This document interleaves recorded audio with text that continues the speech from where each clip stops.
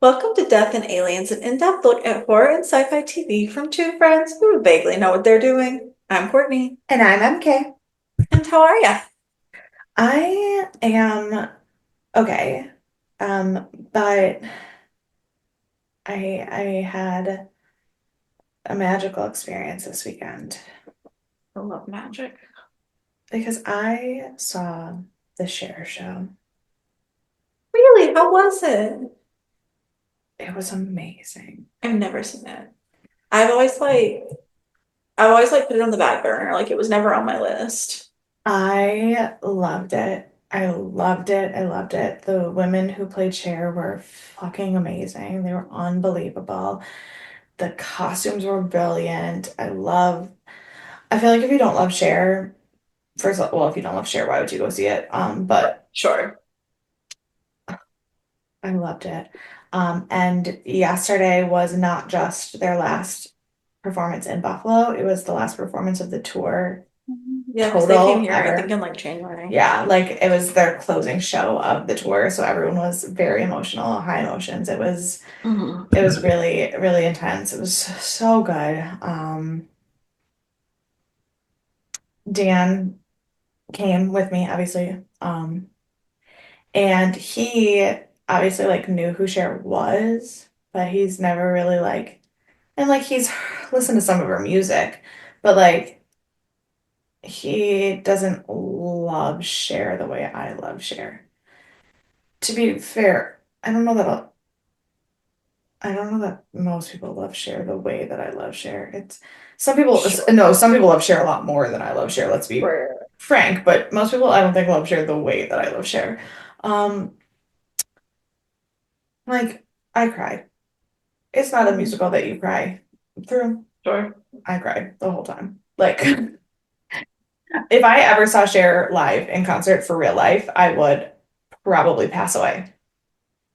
Mhm. Um, but Dan, like I said, he like it's not like he's a serial killer and doesn't know Cher, but he knows Cher the way an Sure. average he knows Cher the way an average person who listens to music knows Cher. Like he knows her stuff. He's maybe seen one or two of her movies, like whatever. He's not a Cher fan.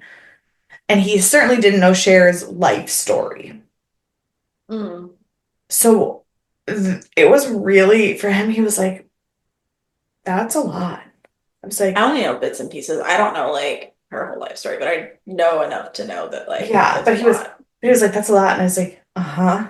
And I was like, that's why, like, yeah, Cher, I mean, obviously she's very distinct.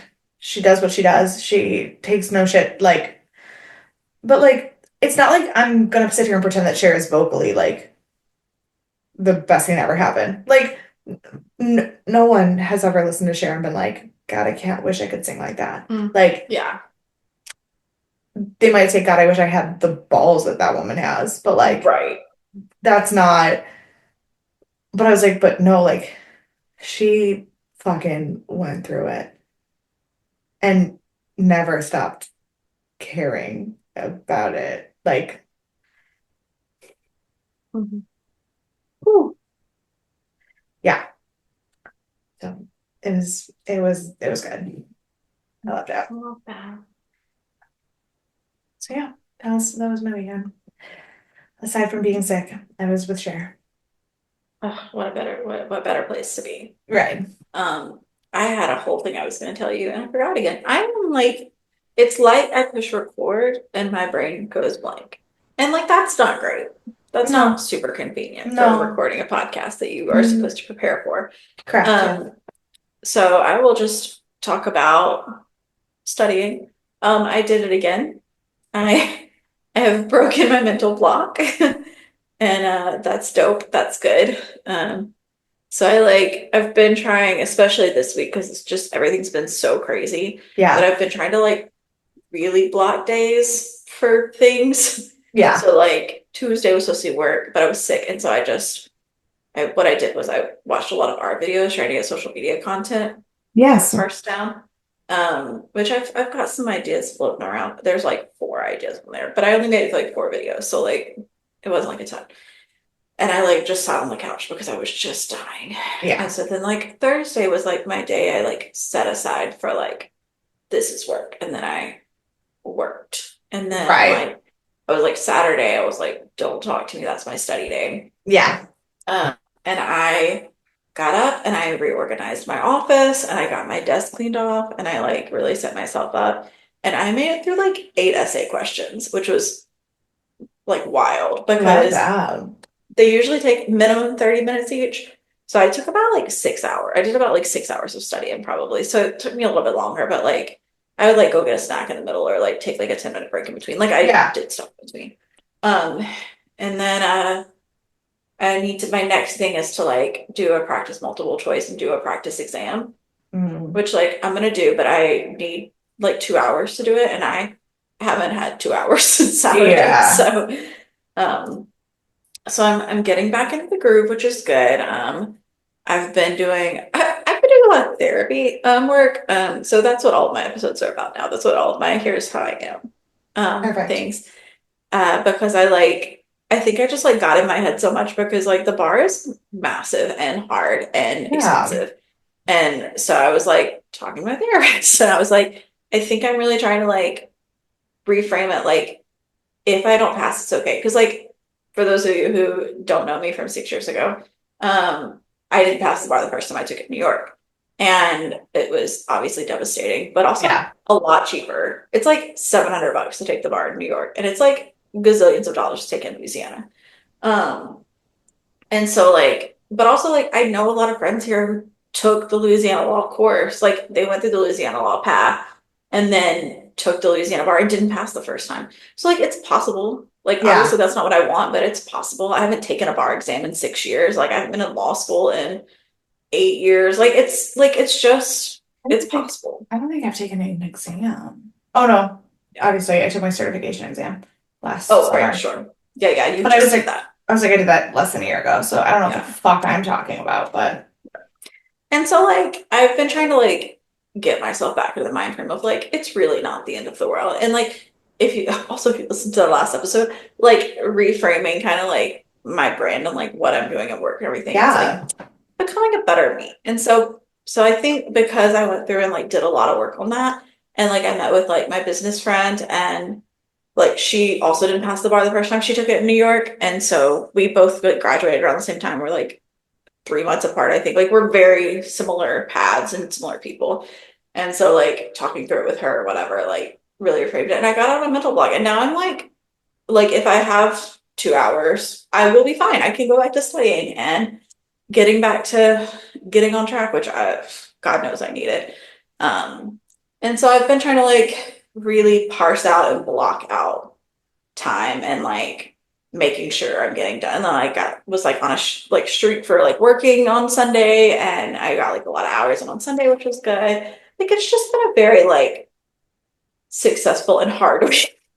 Yeah. um, but our little coffee shop, the table that I go get flights at all the time, I'm so scared they're gonna stop doing flights because they started serving ice cream.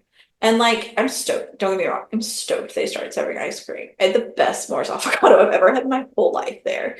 Um, but like they started doing like burger nights, which are also dope. Such good burgers. They do like a Right. bacon jam burger, a boudin burger, like tasty. But now I'm scared they're not gonna do my flights. So Saturday night we did burgers. And did we get some other burgers? Boudin egg rolls. Have you had boudin? Is that a thing you're familiar with? Mm, God. I mean, it's mostly a Louisiana thing, but like sometimes other people have had it. Um, Good to know. it's so good. And so it was so I don't like even I I'll be honest, I don't even know if I know what word you're saying. so it's Boudin, it's boudin. Okay, that's what I thought And you were saying, but no, I've never. so it's like like kind of like a sausage casing with like sometimes there's like rice and stuff in it. And it's like it probably That doesn't sound good if I sounds explain it to you. So I'm disgusting. not gonna explain it to you more than that. Okay. But it's quite good. And, I'm one day like, we'll just have it when you come visit me, okay, fine. Because let and me we tell won't talk you, about the it. way you just described it, Yeah, I realized as I was starting, it wasn't gonna go well, and so I was no. like, we're just gonna stop while we're ahead. Yeah. Um, It's real dope. So we did that Saturday night. We had like a whole like just a night of like girls. It was me and Rachel and then her mother-in-law and her mother-in-law's bestie. And we did like burger night, and then we all went as a group to take out Kristen and my dogs. Like, and like they're all like a few streets away from each other. So we Yeah. just rode the car together to all of these places. It was just like nice. And I didn't feel like I was like behind or whatever. And so just feel like I'm breathing a little bit again and like sticking to a schedule, even though like I missed an entire day last week from being sick. But like tonight when we get done, I'm gonna like probably drink hot cocoa and like go to bed because I gotta be at work before 8 a.m. My my coworker asked me today, he was like, "Are you coming in tomorrow?" And I was like, "Yeah." He was like, "What time?" Because I've never in it on time. I got there at like almost 11 today. Yeah. And like we have a report that's supposed to go out like before then. And so he's like, "What time are you coming in?" I was like, "Probably like 7:55." And he just looked at me. I was like, like, yeah, I was CLE in the morning. I was like, I have to be there all time. I have to be logged in all time. He's like, are you gonna be able to do the author part? I was like, oh yeah, I don't have to like do anything. I just need to like be online and make sure I catch when they tell me a code word, like and like listen. It's like a lecture basically. I just need to like listen and be there. I don't have to like Yeah. participate. That's I good. was like, I can still do my job. And he was like, okay, I'll be here at 9. I was like, cool, cool. I'll be there at 7:55. Which is when I walked in the door last week when I had a CLE, and everyone was shocked because Um, I don't get there before 10 usually. yeah, I was gonna say I might be at work at 7:55. However, I have to be at work at 7:35, so it's very different when I walk in at 7:55. Sure, sure, yeah, yeah, yeah. Yeah, yeah, yeah. But yeah, so while I'm on a good spiritual path, go ahead and just drag me down. It's fine. I don't even care anymore.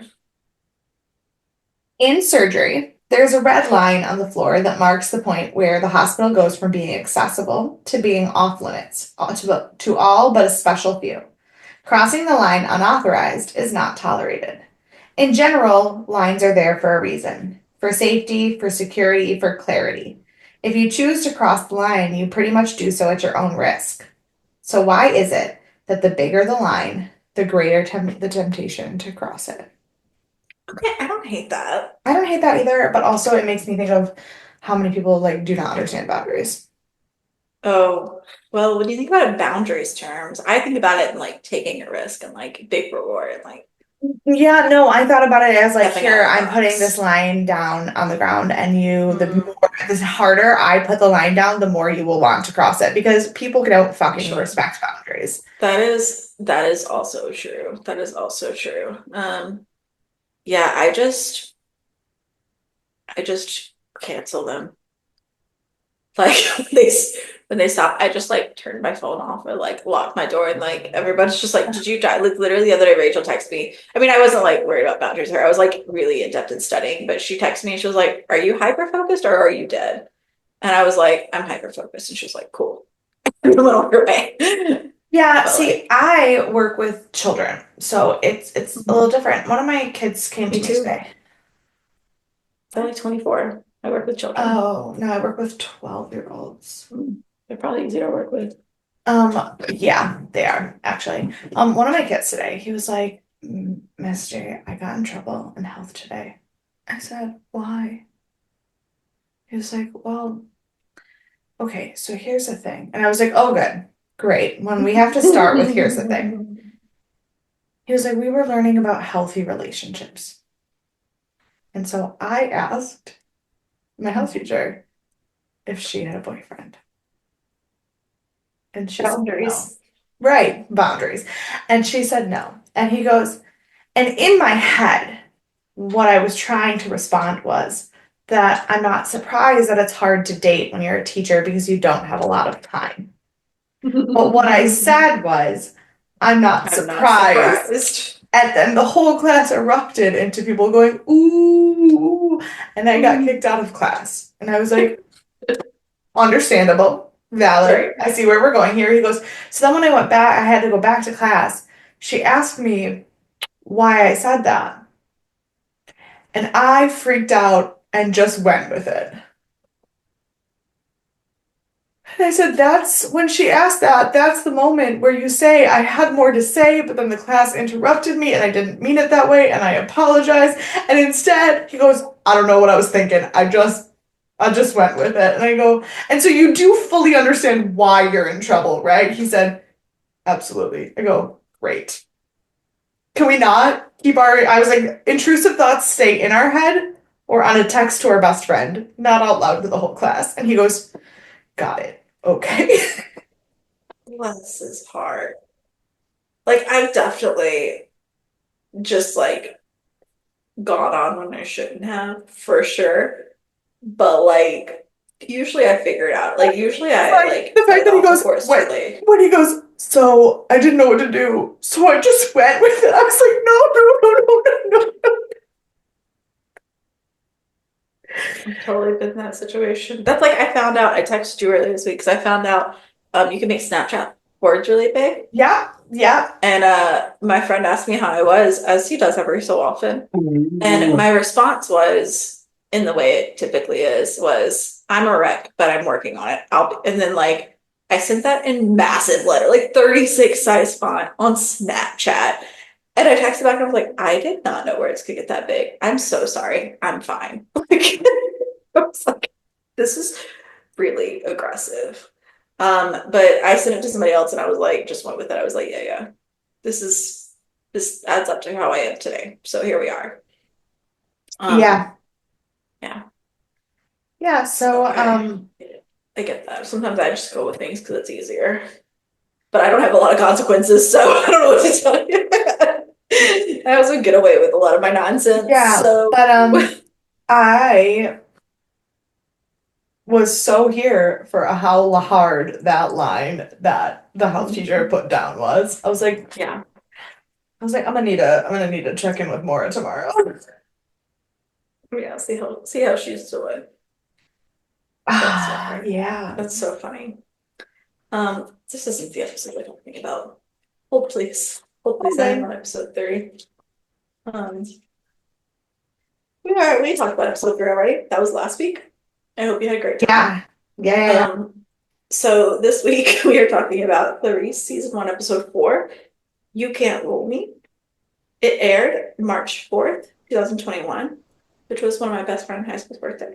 And it was rated 6.8 out of 10. So we were going up like 1, 1, 1, and then we dropped again. But Mm. same rating as Stargate from last week too. So what a fun Yeah, time. maybe it makes What a fun sense. crossover.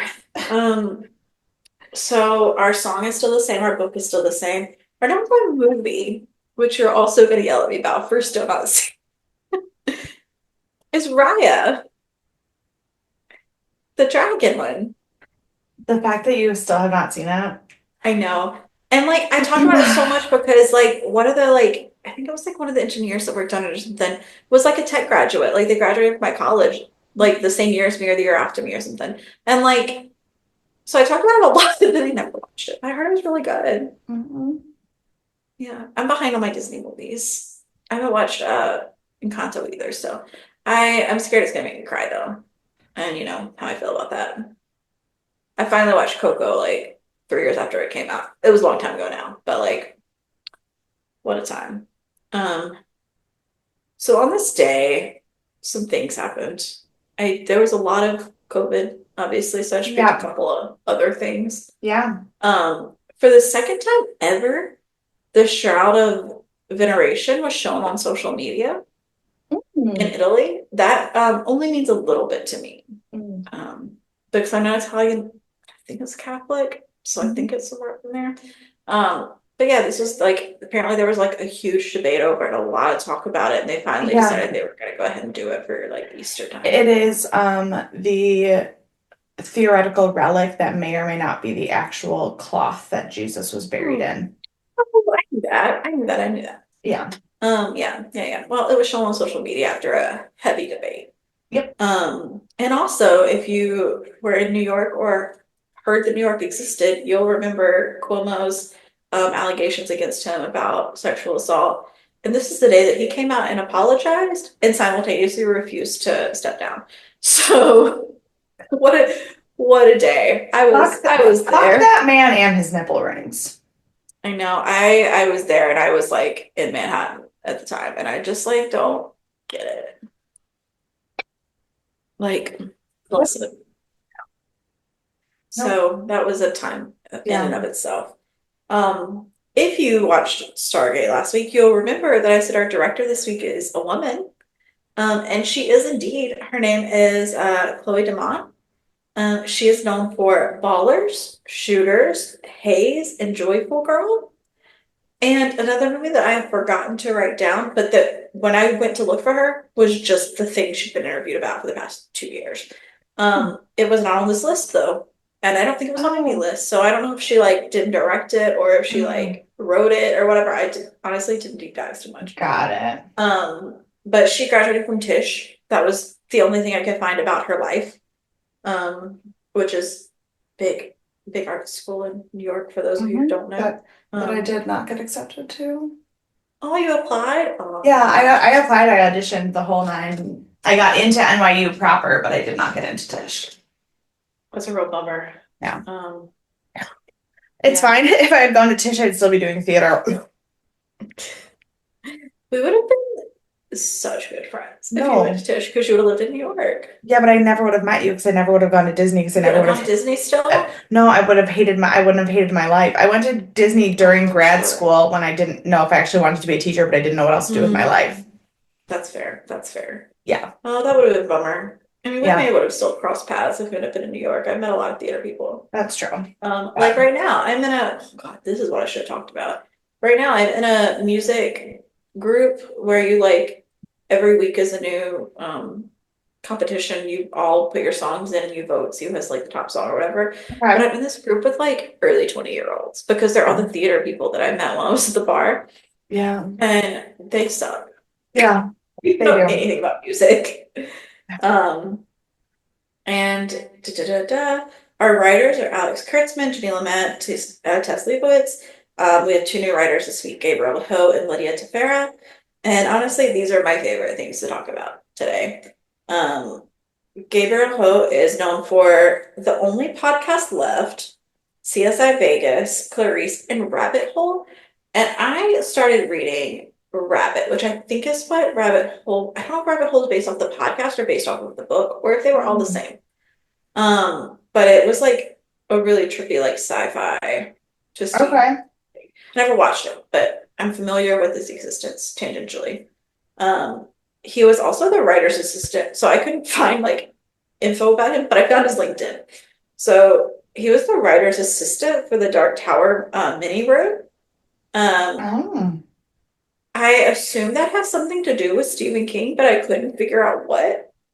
I tried to Google, but I mean, Dark Tower is like Dark Yeah, Tower series, I would guess. I would Um, guess. and it was like MRC, which I guess is Mini Room Company. That was like the massive company, but then it just started sending me to like Tech Bros after that, and I was like, you've lost me. So came back from that. He also was the showrunner's assistant for The Rookie in 2017 and 2018.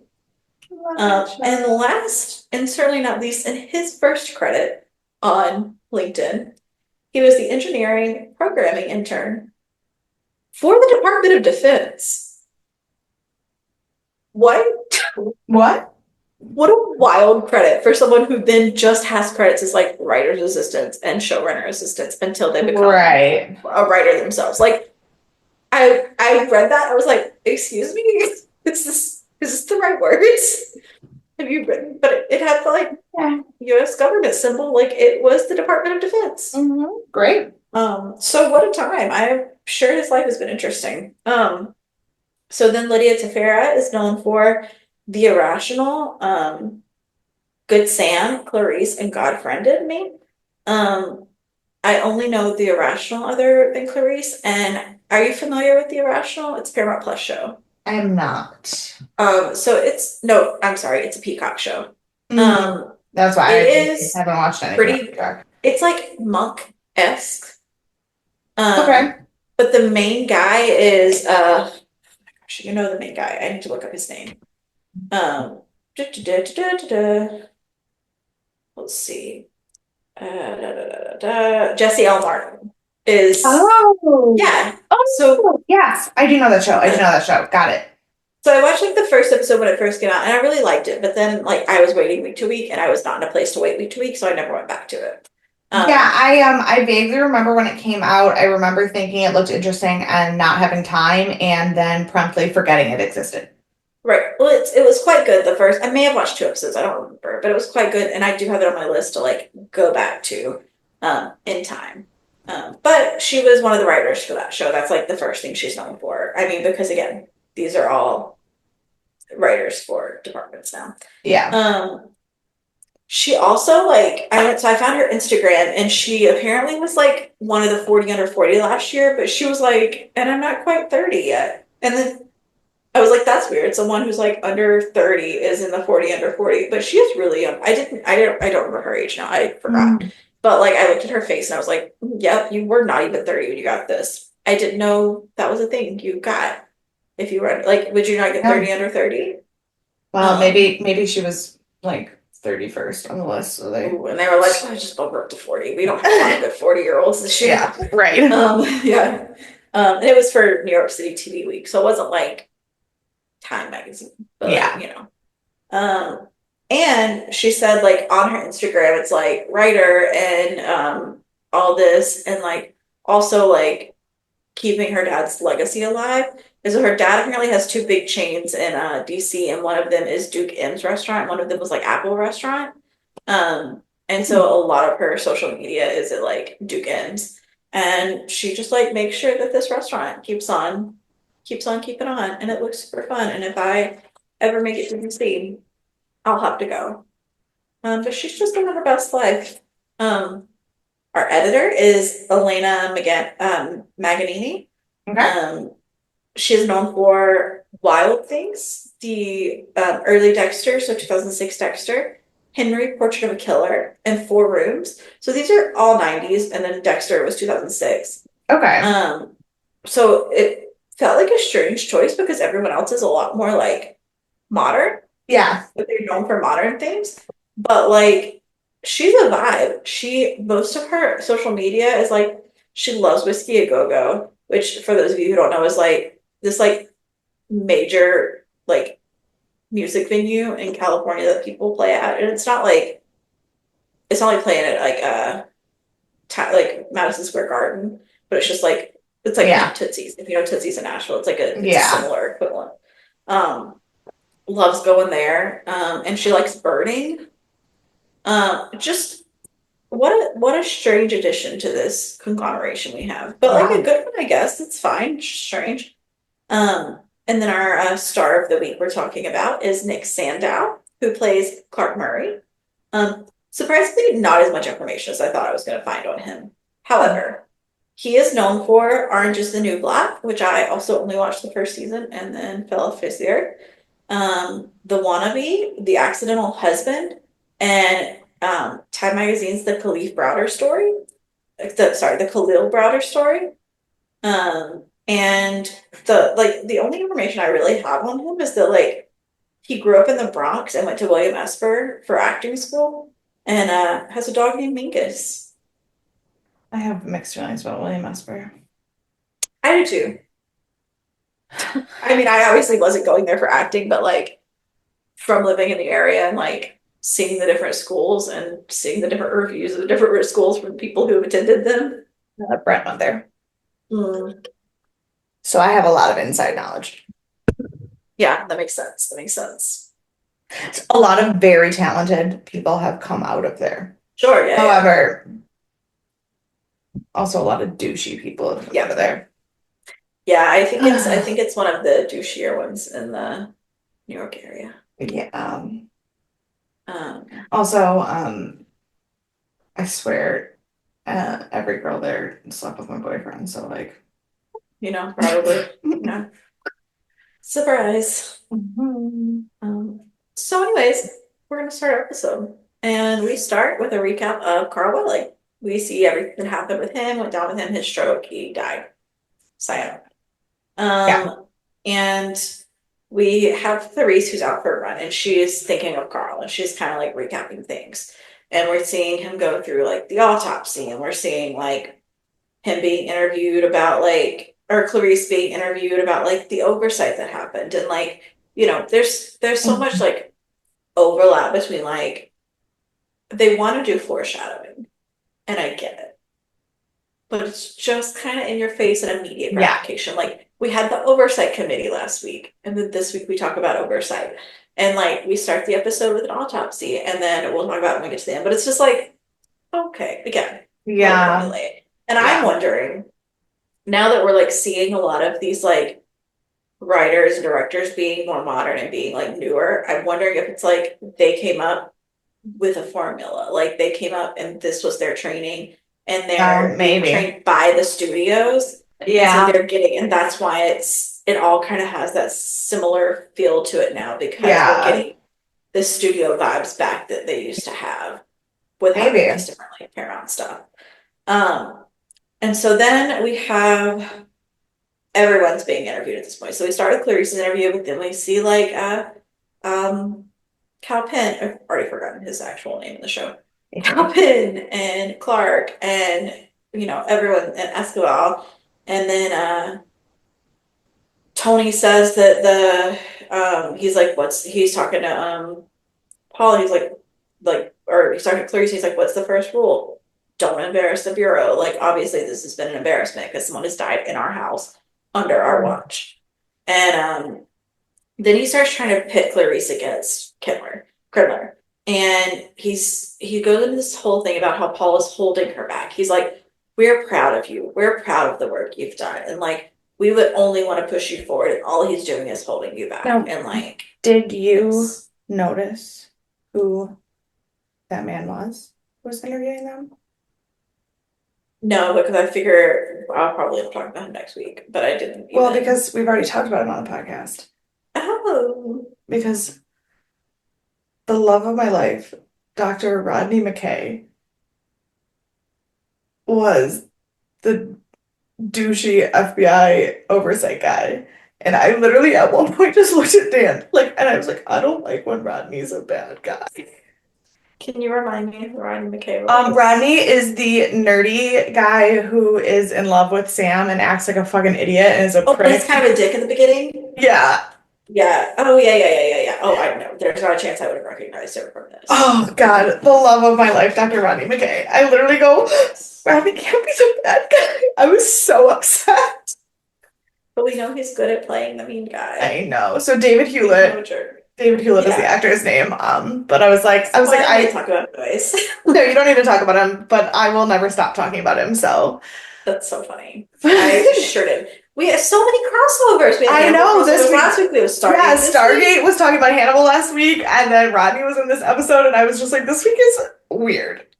It's so wild, like how Kismet, like our podcast ends up being so much. I know. Because like, and like these are what 20 years apart. Like, 20 it's years not apart. even- Yeah. It's not even like they're like right on par. It's Right, like the fact that Terrell Rothery's episode of Bates Motel was like right after we started Stargate. Rockery who did the episode of Bates Motel, Yeah. Banana Tapping. That's what I was Yes. thinking last week. Oh yeah. Yeah, yeah. But Terrell Rothery was also in Dead Like Me because so like the whole thing is Oh, just, right, Yeah. sure.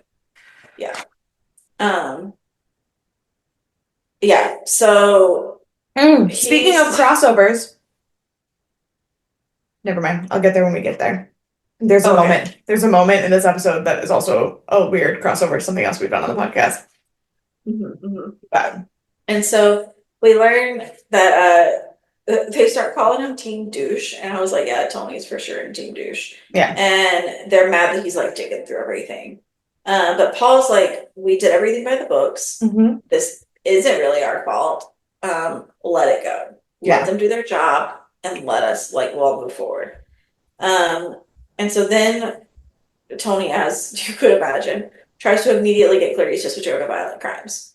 He's like trying to push. Like it's been like 30 seconds and he's like trying to push people. Yeah. And so then he's like, we'll protect you and we'll let you do your job. And I'm like, first of all, those two things don't necessarily go hand in hand. Correct. No, they don't. Which is what Paul Kridler's trying to figure out. He's trying to let her do her job and protect her. Yeah. And honestly, he's doing a better job of it than you probably would. Yeah. And so he wants her to turn on Paul. That's like his whole shtick. And it's like, what is your heart on about? Like, this is ridiculous. So he says they didn't.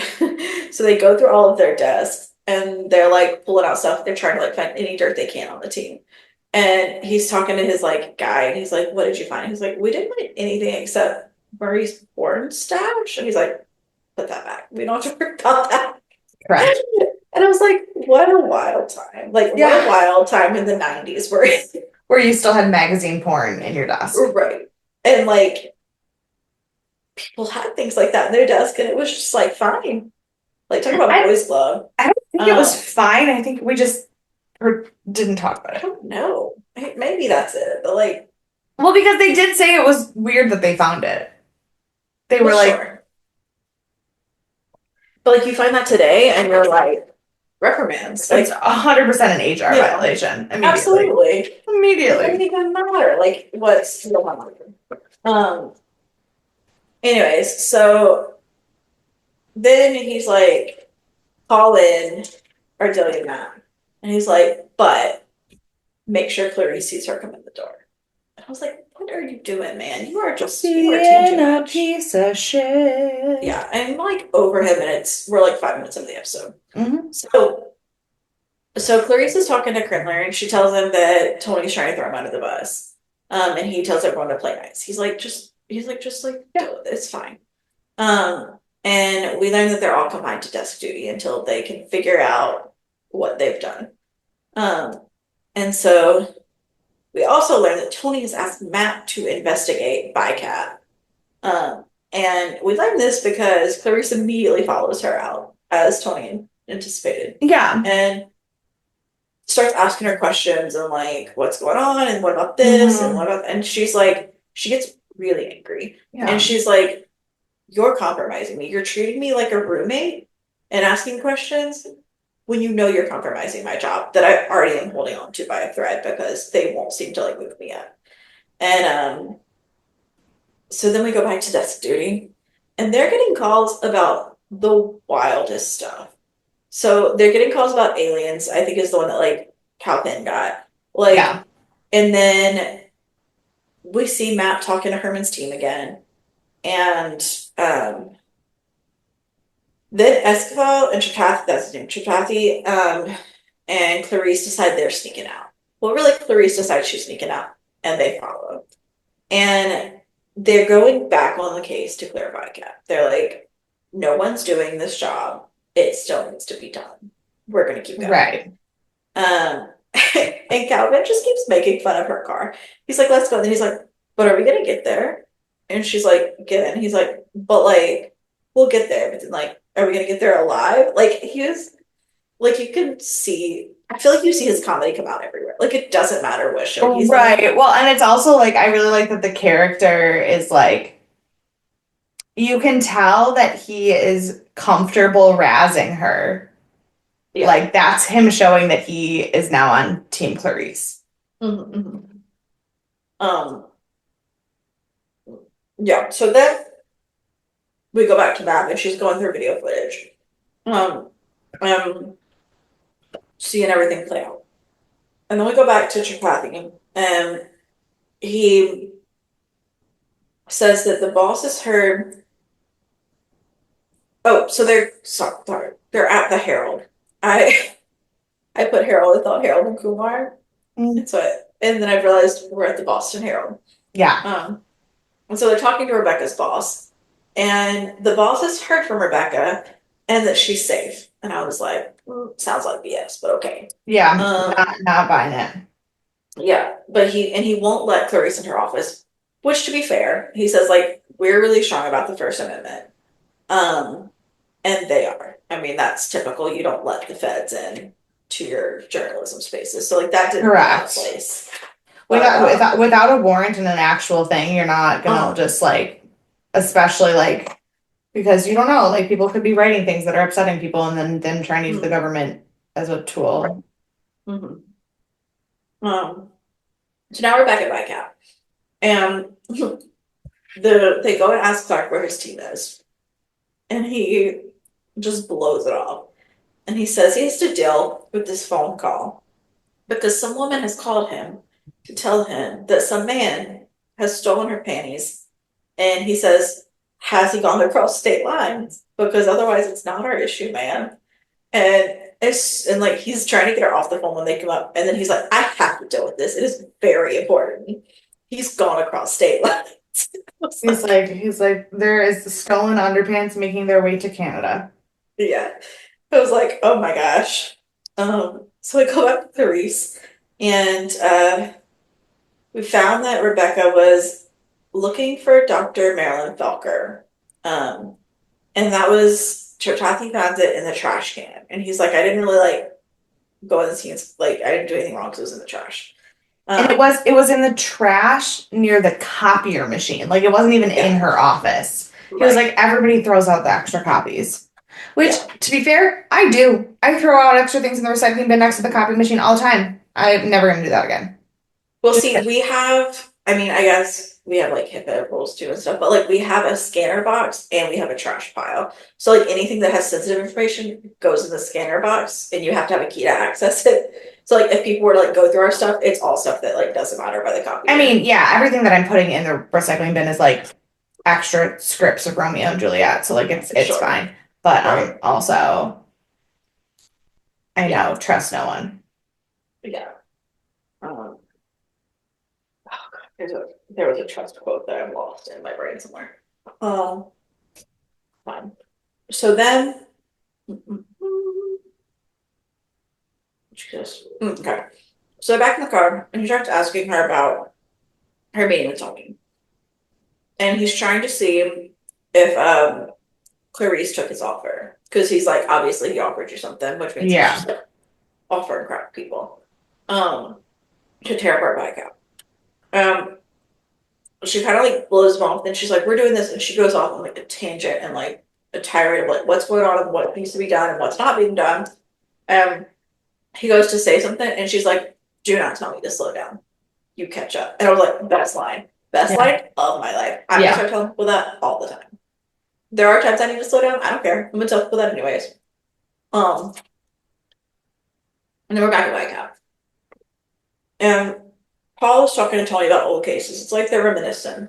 He's like, "You remember that time that we caught this guy on like murder or something? I don't know if I wrote that down." But then he was like, "I took him to the strip club and we like had one last party before he was locked up forever." And he's like, "Yeah, well, you really weren't supposed to do that." He's like, and then he turned on everyone and we got 3 RICO violations. And so if you guys don't know what RICO violations are, they are basically like criminal enterprise. So it's this massive scale company corruption, basically, is the best way to explain it. If you'd like an example, please refer to the Diddy files because that is one of his. I've been I do citations for like a data training company, and one of the cases I've been really heavy on is the Diddy stuff, just because I've been curious about it too. Yeah. Um, but like RICO violations are one of the biggest things because it targets like his companies, or not just him personally. Got it. Um, because it's not like a personal charge per se. Okay. It's more of like you're integral in a criminal enterprise. So it could be, I Got mean, a it. lot of like mob bosses, you see here like mafia bosses and mob bosses and stuff, they get charged with RICO crimes. Yeah. So like who was it?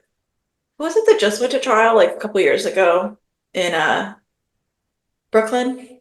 There was a big guy. I don't think he was cartel. I think he was like mobster guy. Do you think I know about the Brooklyn mob? No, he was like massive. He was like from Mexico. Um, Oh. but his case was in the Brooklyn Supreme Court. Oh, I Chavez? Okay, am I? Hugo Chavez? No, no, no, no, no, No. no, no, no. Okay. It was something like that though.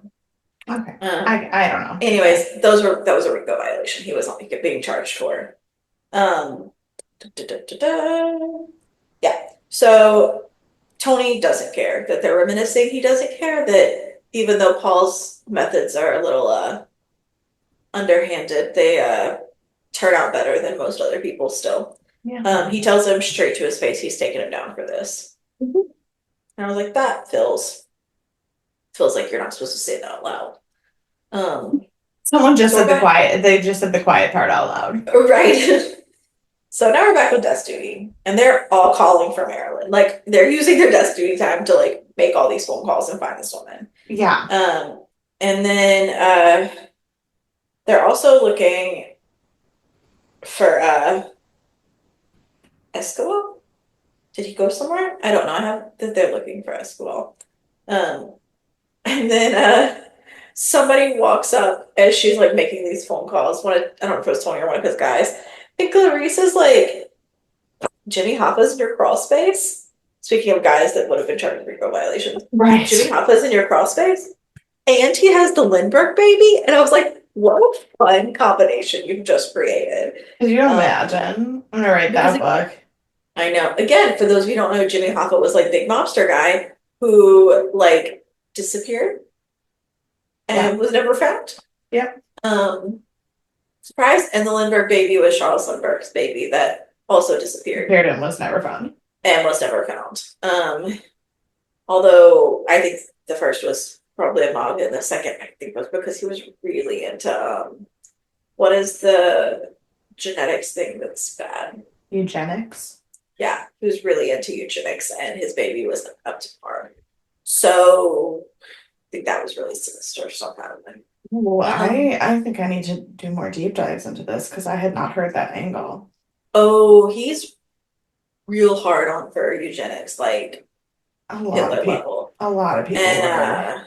his baby was like they had there's like theories that like he tried to trade out his baby like when it was born for like a different baby that had better genes, and then like his baby wasn't quite like up to, and like I don't even know that his baby wasn't like fine, but he was just like there was something about him that wasn't quite right, and so there's a theory that that's why he got rid of him because he couldn't Hmm. fix it, or that he tried to fix him and it didn't work.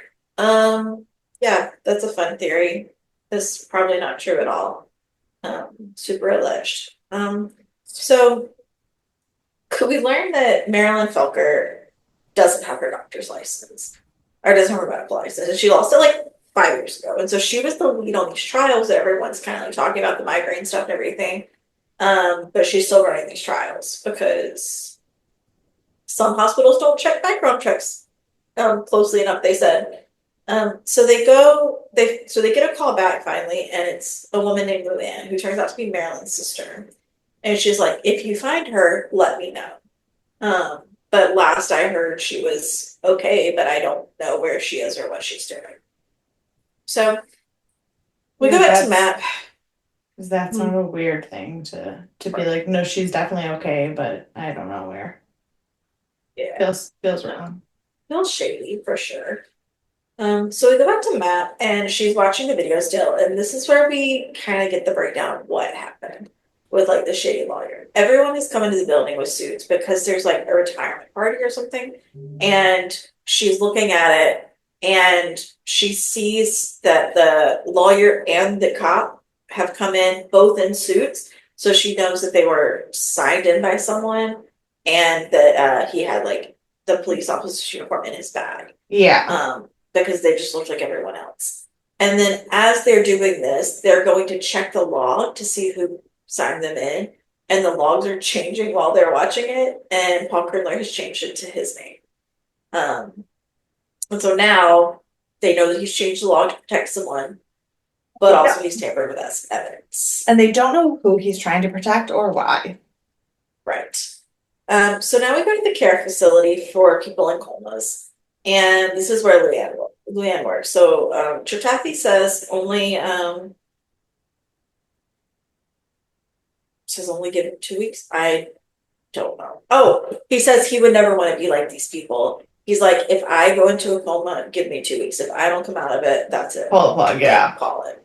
And we learned that Luann works there. And so we also learned that her and Marilyn are twins. Mhm. And she said that Marilyn was always more than her. She's like, she would never, she was like, because Clarice is like, oh, you guys work like in the same field, you're both medical. And she was like, I don't think Marilyn would have said that.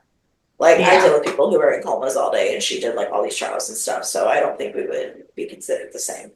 Um, and she was like, well, do you have any idea where she's at? And she's like, last I heard, she was running a trial in Ghana, but like, I don't know. Which, what a wild location to choose. Wild looking. I know, I know. Um, and so then we go back to Matt, and she got the names of the fake lawyer and the cop. And she's like really on top of this. This is where her coworker guy goes and asks her what she's doing later. So it sounds like he's asking her out, and she turned him down. She's like, not doing this. We've already talked about not getting social. But it turns out he's like, I'm really trying to tell you this without um embarrassing you. He's like, he was like, the Black Coalition's meeting, and I want to invite you to that. But she still says no. She's still like, no, I'm not doing anything outside of right now, basically. And so he asks her if she still wants to be in Cold Case.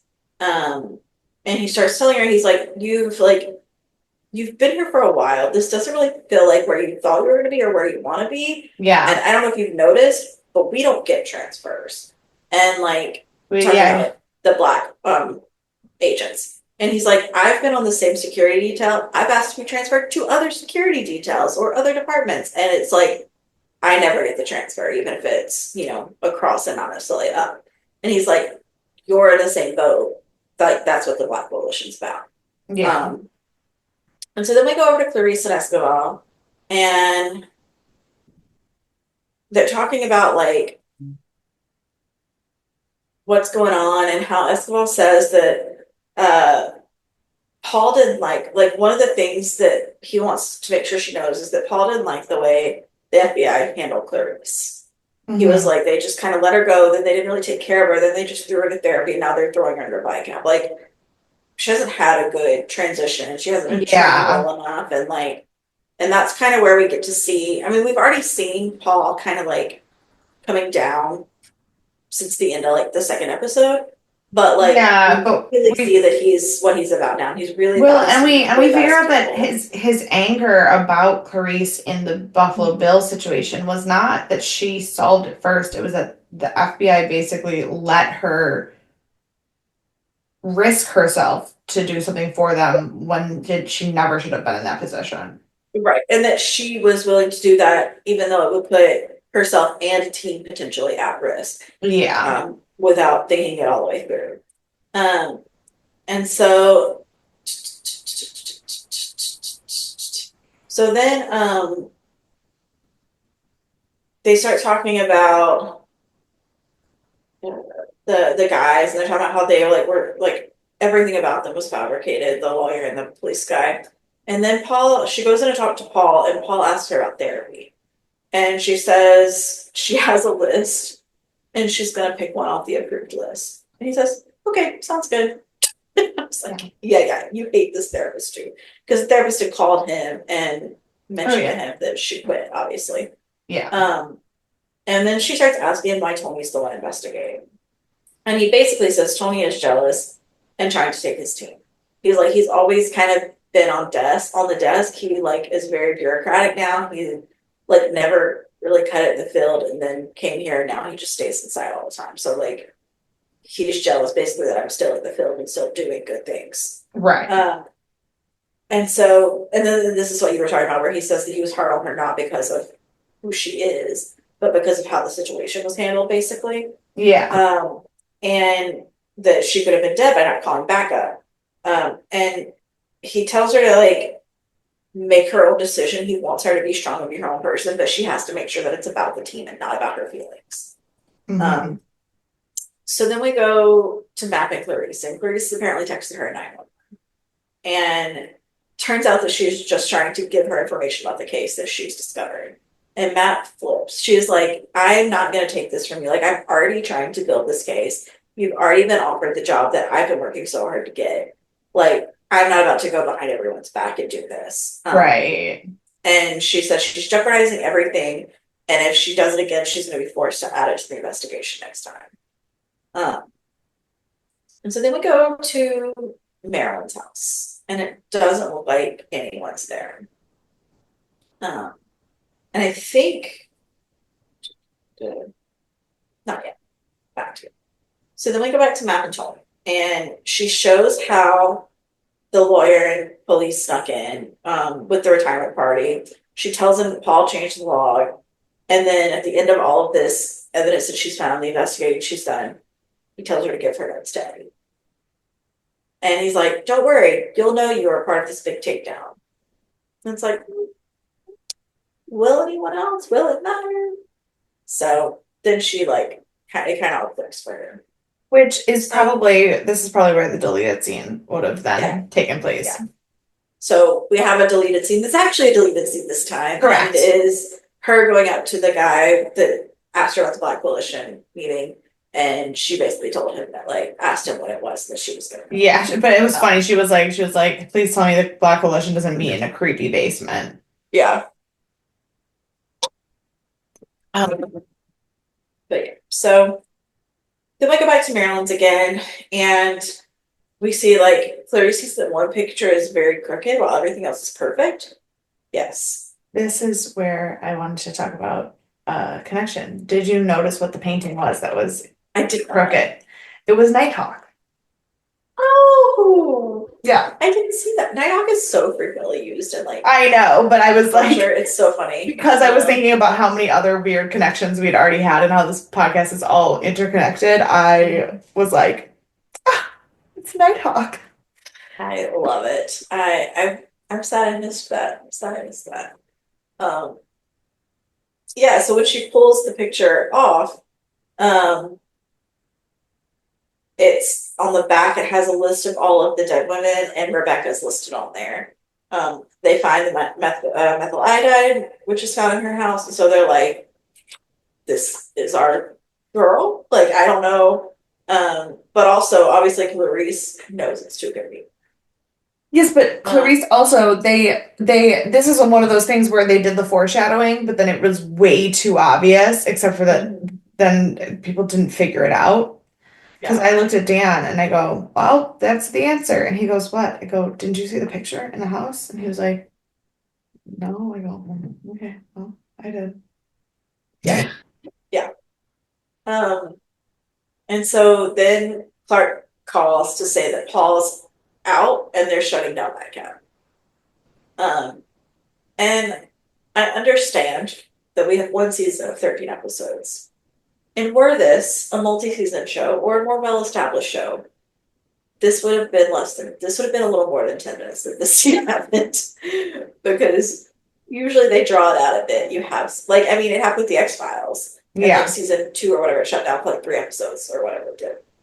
It may have been longer, but still, it's just everything like, it's like, oh my gosh, this thing happened, don't worry, it's over. Like, Yeah. we get that a little too much. Well, and they give you like clues and details about things that are going to happen, but then they happen 10 minutes later. Right, so it's like it didn't even really matter. So we go back to ViCap, and Paul tells Tony, this is where he tells him he's a bureaucrat and a prick. And he's like, and we learned that it was Escobar that logged the cop in, and that's who Paul is taking the hit for. And so then Tony gets a call and just leaves. And again, 30 seconds, maybe, like, we get the call that the official diagnosis was that he died of a stroke and natural causes, meaning ViCap is cleared. Yep, nothing wrong. No question. Everything's fine. Everything's great. Everything's fine. Nothing happened. And we learned that this whole time, like, they were trying to set up Escobar, and so that's why Paul took the fall, because he was like, they don't really have anything on me, so, like, I can take this and it won't look bad against me. But then Clark and Paul are outside, and he asked him if it was Santa. Felt again, got X-Files vibes. Felt very much like the smoking man, the cigarette man. What do they call him? Do you know what I'm talking about? They call him the smoking man. Can't remember. But he asked if it was Santa, and Paul like doesn't know who it is, and he's like, I've worked with Santa before. Paul, like, Clark says that, and Paul's like, really don't know this time. Like, it wasn't me. I didn't do it. Like, I think some favors were called in, but like, I can't tell you basically the end all be all of what happened here. Right. But he also thinks whoever made this call may be the same people that actually killed Carl. So that's exciting. Good news for everyone. Great. And so then they come through, and Calvin tells Clarice, he's like, hey, I think a few people are going out for drinks. I think we're celebrating. Or he was like, why aren't you celebrating or something? And she's like, I am celebrating, which is she's working. Yeah.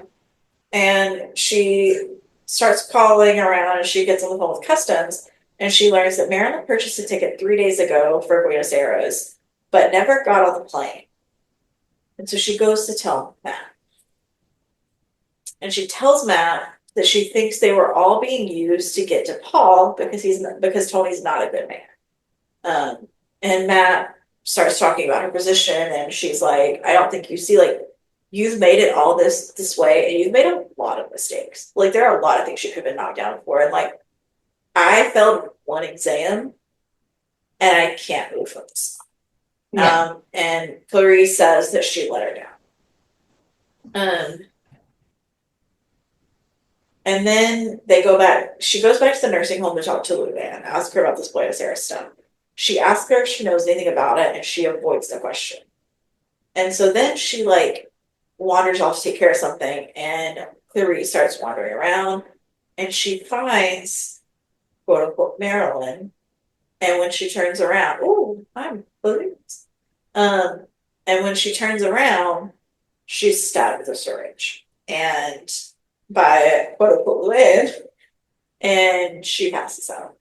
Yeah. What I said to Dan when she was going to the nursing home, I was like, this is a bad idea. And he said, why? I said, because the nurse isn't the nurse, it's the shady doctor. And he goes, how do you know? I go, because the picture in the house had the twins and one was in a wheelchair. And so obviously the one they're talking to is the one who's the shady doctor.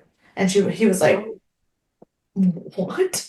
I go, but then I realized maybe the reason we think it's so formulaic is because our brains work in the way that the yeah, formula works on the show, and not everyone who watches it the way that's we do. possible. That's possible. Because he genuinely did not put I need to all make those Rachel pieces watch together. it. Yeah, like he did not put the pieces together the way that I did. Interesting. Interesting. Well, because also like we also laid out when he was like the whole reason that I was upset with you is because you didn't call backup. And I then think she she's went, got math. She went, but I think that was a setup to make you think she didn't have backup. And I think we're gonna start the episode next week with Matt walking in and saving her. Like, because she went and told her first. Like, I think she has backup. I think it just seems like she oh, doesn't. I like that. I like that. So that's what I'm anticipating is gonna happen next episode. We'll see how that goes. Yeah. But we'll never know. That's the end. So you have to wait a whole nother week to learn more about that. I don't have any trivia or anything. So what are your thoughts, feelings, ideas? I do think that it's interesting that maybe we just have too much true crime brain. Yeah.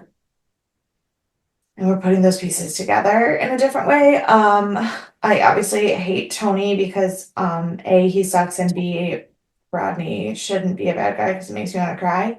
Um,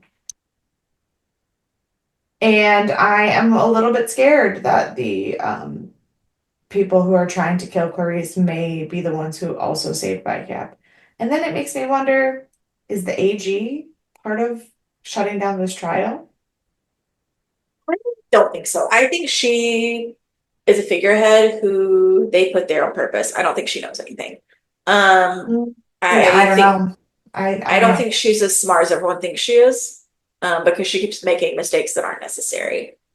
And I think I think this is Uh, an X-Files parallel with I a don't smoky man who's kind of a bad guy, but also kind of running the show and making sure everyone's okay. Like, I don't think she is the brains of the operation, but right. I do think that she is involved in getting the trial shut down because she doesn't want it to look bad for the state, which means that she's gone to people who, and Mm-hmm. she is in over her head with the people she has gone to help wipe the state slate clean. I don't think she's the one calling hits. I think she fucked up with who she got into bed with. Yeah, that's fair. I mean, I think that that's more probable than her being involved and being the brains. No, Um, she can't even figure out how to deal with her daughter's trauma. She's right. not the brain. Yeah. I mean, I don't think she's involved. I think she's the politician that was put in place to do what they needed her to do, even if, but I don't think she knows that. Okay. Like, it could I think still be those the are same both result. I think those are both very plausible Right. And I think they're plots. both kind of the same. It's just in one she knows and one she doesn't. But Yeah. like, um, yeah. It's more the idea is she an antagonist because she's genuinely neglectful and selfish, or is she an antagonist because she is knowingly malevolent and selfish? Right, right. Um, yeah, so I think that's gonna be interesting to find out. But yeah, like I said, I think it's parallel. I think it's the top guy is someone that's in the bureau that's running things, and I think he's calling shots left and right.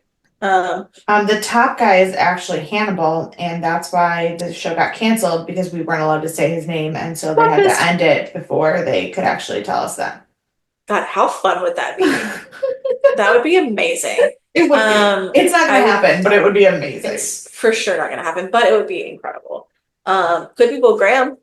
He's not dead. That would be fun too. Like Do they have maybe the Will. ability? Do they have the rights to use No, his character? they No, I was only have the like, rights to Clarice. They I don't have was the rights like, to anything else in the anybody's. Hannibal world. Yeah. Thomas Harris. We Um, couldn't give them the rights to just like one. he didn't have them. That's right. He doesn't have the rights. It's NBC has the rights. Fuck NBC. I know. This was because I think it was MGM Studios that created this. I know it was under Paramount, but I think it was MGM Studios that created it initially. And they didn't have the rights either because they tried to get both rights and couldn't get them. Yeah, well, MGM also doesn't have the rights to anything anymore I know, because God. There. Amazon bought Stargate from MGM. Hmm. Hmm. Rest MGM fell apart. rest in peace, MGM. Truly. That's the real problem. Tried to go, they tried to play with the big dogs and make MGM Plus, and no And one cats and dogs don't cared. belong in the same world. Right. No one cared. They had some shows that seemed incredible. They had like From is supposed to be really good. Somebody else bought that already and has it now. I don't know who it is. But like, I really hope that people understand that that was a reference to the lion and that I just didn't just like say shit about cats.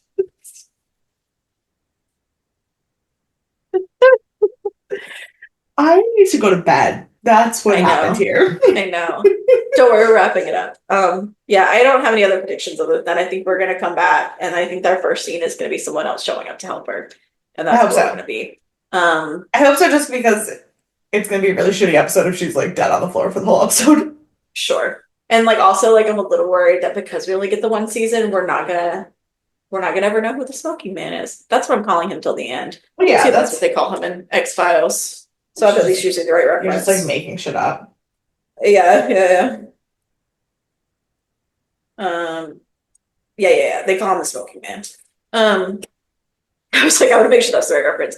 But I think I'm concerned we're never gonna know who the smoking man is, and it's gonna be someone high up in the org.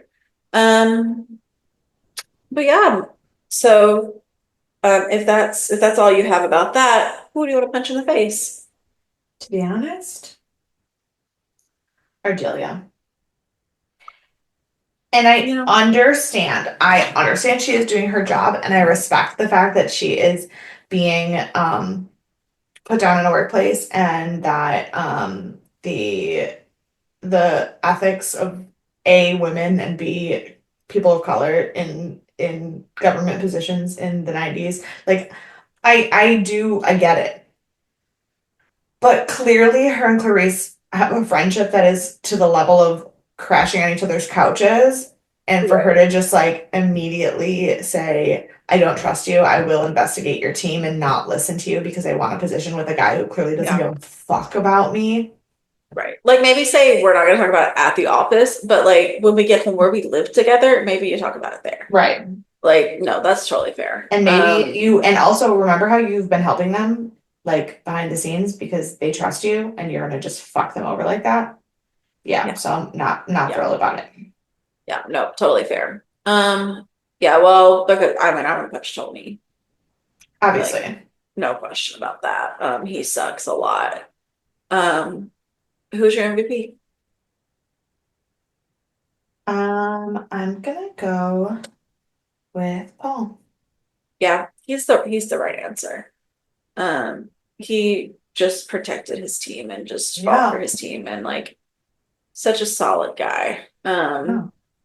So because you went with him, I'm gonna go with Clark. regardless of his porn stash that he has, removing that from the situation, he Yeah. also fought for the team by making up the most insane thing to say Yeah. constantly. Oh yeah. Like he just sounded like a deranged 80-year-old man who had like Alzheimer's or something that was like making stuff up constantly. And I love him for that. Yeah. Because he was like, they're gonna think I'm on a wacko, so I'm gonna be a wacko.